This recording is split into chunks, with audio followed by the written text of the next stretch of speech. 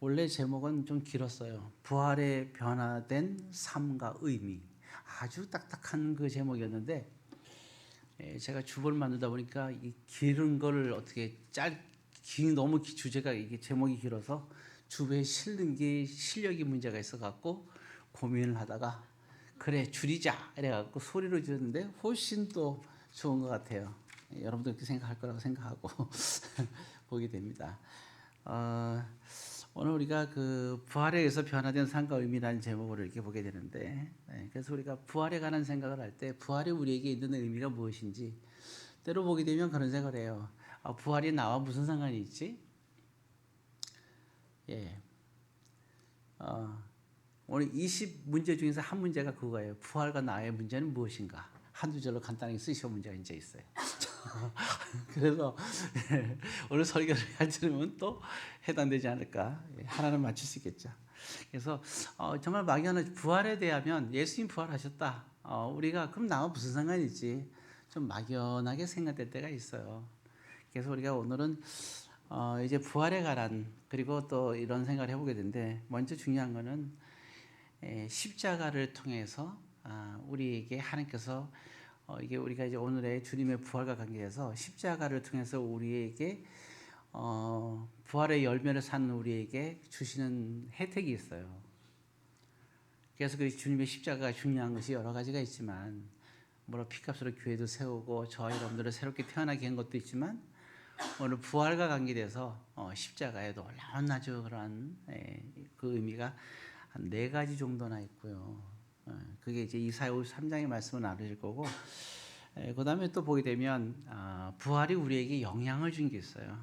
그리고 우리에게 부활이 우리에게 어떤 효과가 있는지에 대한 얘기가 또 고린도전서 15장에 보게 되면 그 얘기가 나와 있어요. 제가 이 성경을 얘기하는 건 여러분들이 이제 읽으시라고.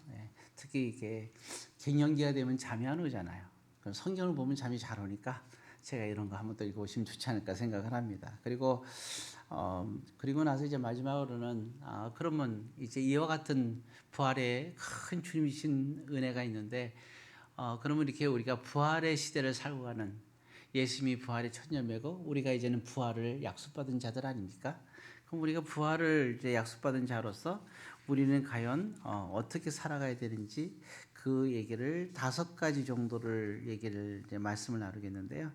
거기 제가 성경 본문은 요엘에서 2장하고 요한복음 19장, 사도행전 1장, 마태복음 5장, 고린도서 15장 이렇게 간단한 성경에서 제가 이렇게 찾아서 말씀을 준비했기 때문에 이제 여러분들이 또 이제 시간이 될 때 한번 도움이 되면 좋겠다 생각을 합니다.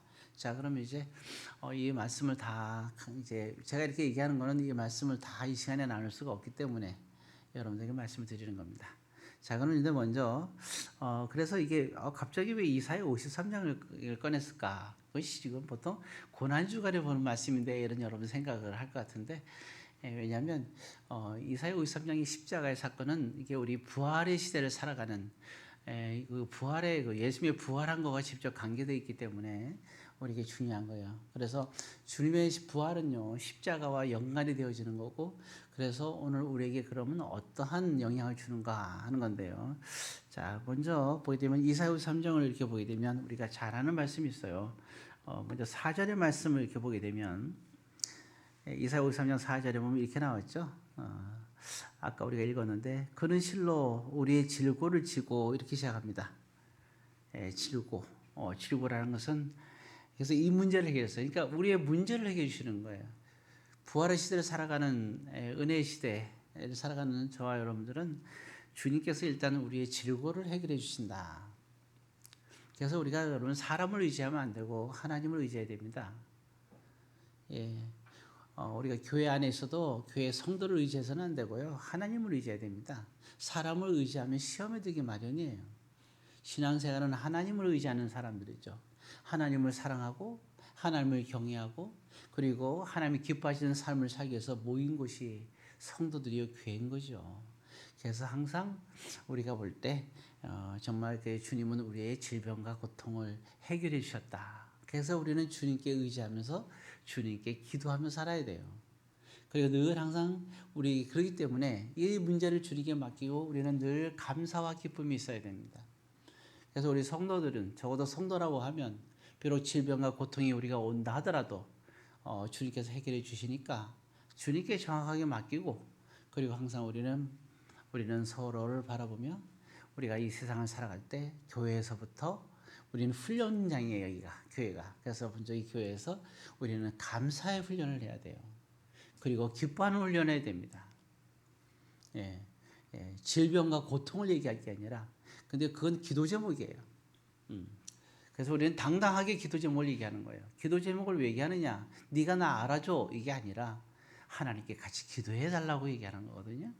왜? 해결은 우리는 위로를 누구로부터 받느냐? 사람으로부터 받는다고 하면 그건 사람의 방법입니다. 그건 믿는 자의 모습이 아니에요. 우리의 모든 위로는 어디로부터 오느냐? 하나님께로부터 와야 돼요. 진정한 우리를 창조하신 하나님께로부터의 위로가 진정한 위로가 되겠죠. 왜냐하면 그래서 주님께서 십자가의 길을 가신 거예요. 질병과 고통을 위해서. 여러분들이 이제는 질병과 고통이 있다 하더라도 그거는 큰 문제가 되지 않고 하나님 안에서 해결을 받을 수 있다. 왜? 주님의 십자가가 저와 여러분들을 책임져 주시니까 그걸 믿음으로 나가시길 바랍니다. 두 번째 또 한 가지 이제 네 가지 두 번째 5절에 보게 되면 또 그가 이렇게 나오죠. 거기 5절 한번 같이 읽습니다. 그가 저림은 우리의 허물 때문이요 그가 상함은 우리의 죄악 때문이라. 여기까지만 오겠습니다. 자, 두 가지가 허물과 죄악입니다. 예, 굉장히 매력적인 말이에요. 예, 저와 여러분들은 늘 모두가 허물이 있어요. 아니 저 사람은 왜 저래 이렇잖아요, 그죠? 예, 믿지 않는 사람들은 그러면 안 돼요. 예, 왜 그래 한마디 들으면 안 돼요. 그럼 믿는 사람들은 들어도 돼요. 헷갈리죠. 왜냐? 주님이 그래도 된대요. 왜냐하면 주님께서 그것 때문에 십자가의 길을 가신 거예요. 우리의 허물 때문에. 예, 그래서 우리는 서로 비판하지 말고 헤아리지 않는 거예요. 왜 그러지? 비판이 아니에요. 왜 그러지? 헤아리지 않는 거예요. 그래서 우리가 오늘도 보면 특히 이게 보면 우리가 절기 때 교회도 절기도 마찬가지잖아요. 또 집안에서 잔치가 있을 때 보면 막 분주하게 준비하다 보면 마르다 마리아가 이제 예수님을 초청한 장면이 있었어요. 그런데 평상 때 마르다 마리아가 참 친했을 거 아니에요, 그죠? 얼마나 자매가 친해요. 그런데 이제 그 예수님과 제자들을 초대해 놓고 오니까 아주 분주하잖아요. 그러니까 일거리가 많은 거예요. 웬만한 건 마르다가 다 일을 하는데요. 이제 언니니까.